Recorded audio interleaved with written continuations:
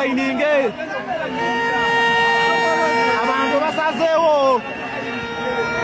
abantu basazeewo tekyali kulanga kulala Robert Kyagulanyi Ssentamu wamugambye tetukuwadde emikono gyaffe jangu weesimbewo ayayayayayayaya wewe abavubi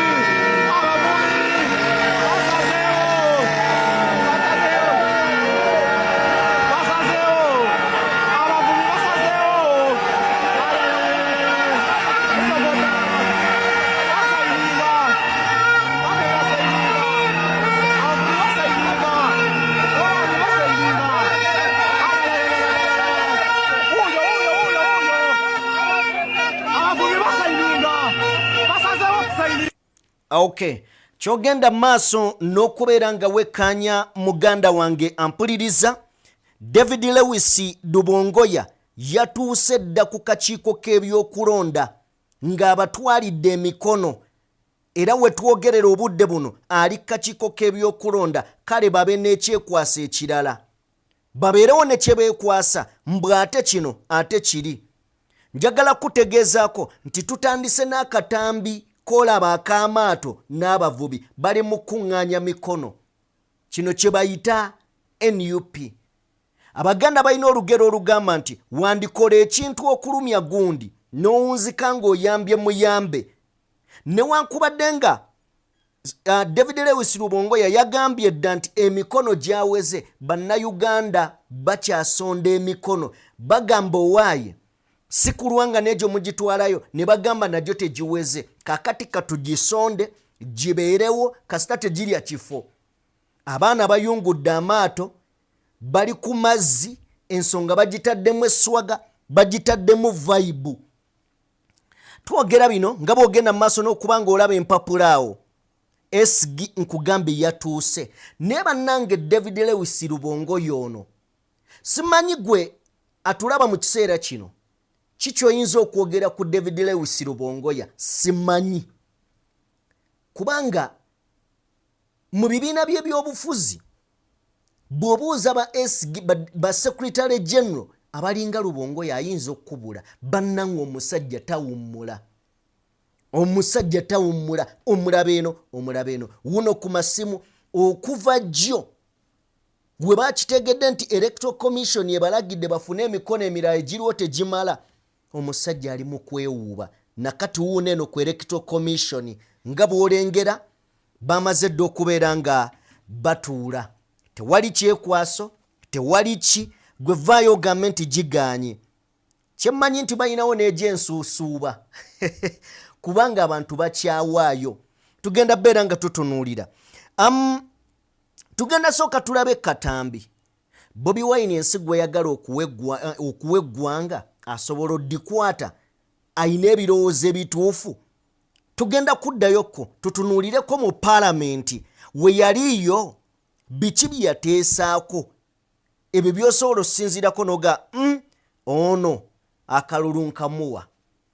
Tujjukire ekirwadde ekyalunuuna mawuggwe ki COVID-19.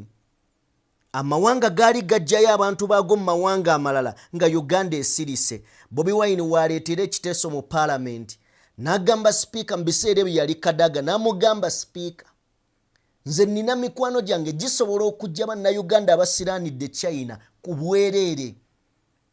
Gavumenti ya Uganda nga yo erabawo ssente eyagala basooke bagiwe. Ono no ye mukulembeze. Egyo gyonna gy'olengera mikono. Nja kusaba genda mu comment section ombuulire ku David Lewis Dubongoya.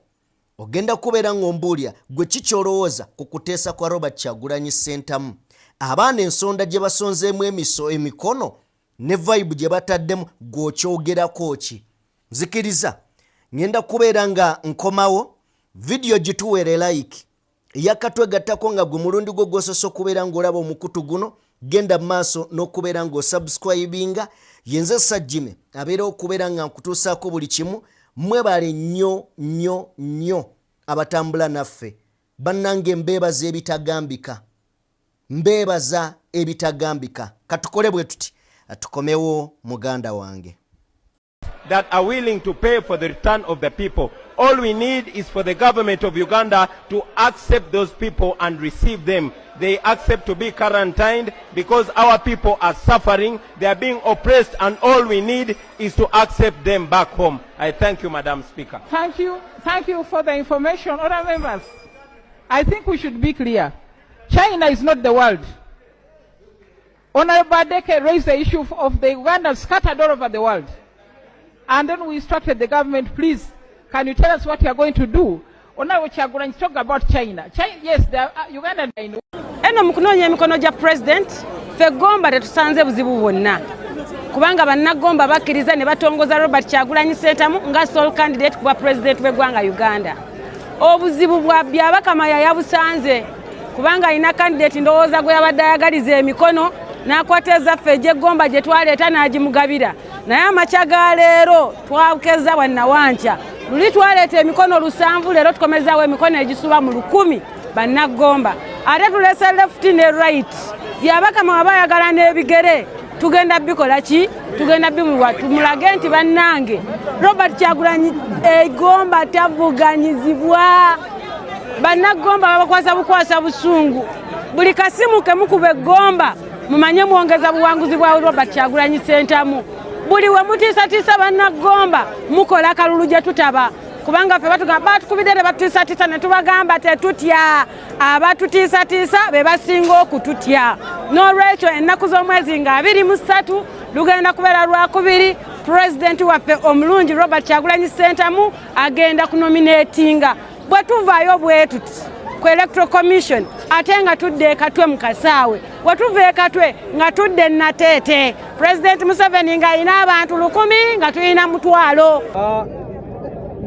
Tubadde tupulanize okumaliriza bino ku ssaawa 5 naye nga boolaba abantu bakyajja abamu bali mu basezi abalala kubanga bwe tubadde tuyita abantu okuleeta emikono wano tubadde twogera ku abantu abava mu bitundu ebyo naye nga bali mu Kampala n'emirirano. Naye kaakati abantu bangi nnyo bavudde mu bitundu by'eggwanga ebyenjawulo baagala kujja wano kubanga oli amanyi twateekawo omukono gwe si just kuwandiika aba endoosinga change bannayuganda gye balwanirira. N'emikono gyaweze dda gino gyonna gyolaba emikono era gye twetaaga gyaweze. Jjukira bagambye di district 18 ze tubadde tuguzaayo kakati zino ziri district 36. Kitegeeza kyekyo nti twagala n'obawa more than double kye basabye kubanga tetwagala babeere n'ekyokwekwasa bagambe nti ate kino tegyaweze. Era nga bwe ngambye wali tujja kubasindikira gye emikono olunaku olwaleero ekya tugenda kusindika ku Monday tugenda kusindika kubanga kati batuprovokinze ne bagamba temwaweze emikono bano ne bagamba kikyemutegeeza. Naye nga akakodyo kali kamu kokka batya olunaku lwe bayita Olwokubiri batya ekigenda obeera ekatwe batya ekigenda obeera Nateete kuba bamanyi ekibajjira bakimanye egaali esimbula ate bwesimbula yenayina ayimira mu maaso gaayo emukoona ate tawona. Kati balowooza basobola okuluwona Olwokubiri naye balimba emikono giweze gigenzeeyo byabakama bijja kukama. Twali ffe abalidde empanga ab'e Nateete omwagala w'abangi kabiriti k'Abannayuganda Kyagulanyi Ssentamu ng'obi n'agamba agenda kusooka kulinnya ku ttaka ly'omuddugavu ku Mabiito. Abakyala b'oku Mabiito bali eri baliisa buti. Omanyi okuliisa obuti ab'oku Mabiito sijja bigenda naye olutuuse ne baŋŋamba kansala waffe mwagala emikono gy'ab'oku Mabiito bw'abanga bayabakama ayagala emikono nga tumaze gitemako ab'oku Mabiito n'amagulu bagenda galeeta bw'abanga abakama g'oyagala tetwagala osaagire mu kusaaga. Ate abakyala b'oku Mabiito baŋŋambye kansala kasita bagaana emikono ffe n'amagulu gaffe gonna tugenda gamuleetera byabakama tulabe nga omwagala waffe Kyagulanyi Robert Ssentamu ku lunaku olwo anominatingibwa. Ffe eri twatandise dda embuutu tulina obusiki kati ente waliwo abatuwadde bino byennyanja abakyala ne baleeta biriŋŋanya bano ne baleeta ente okumanya Kyagulanyi si wa bulijjo. Ffe eri Nateete Mutundwe Kabowa tuli mu bikujjuko okutuuka ku Lwokubiri bwasobola okuba embuutu zikube mu abakyala basobola okuzina amazina amaganda muzine abasobola buli kika ky'amazina ge wali ozinyeeko oba ogazinidde waka oba ogazinye naani kasita gabeera nga gasuusuuta omwagala abangi His Excellency Robert Kyagulanyi Ssentamu era nja bagamba twagala tukisusseeko era tubalage nti bino bye tulimu si byakusaaga tubalumye Pulezidenti Kyagulanyi protest vote gye yalangiridde Yoweri Museveni kkiriza oba gaana ogenda bino bye tulimu si byakusaaga Museveni nkugamba ebigambo bino tujjukira bulungi mu 2011 amama Mbabazi bwe baali mu TDA n'ebibiina ebirala baakuba enkuŋŋaana e Nakivubo ekisawe ne kijjula ne ku w'ekitiibwa ennyo Robert Kyagulanyi Ssentamu nga mutidde ennyo bannayuganda oba olikoboko manaafa isingiro mwenna tubeetaaga nateete n'ekatwe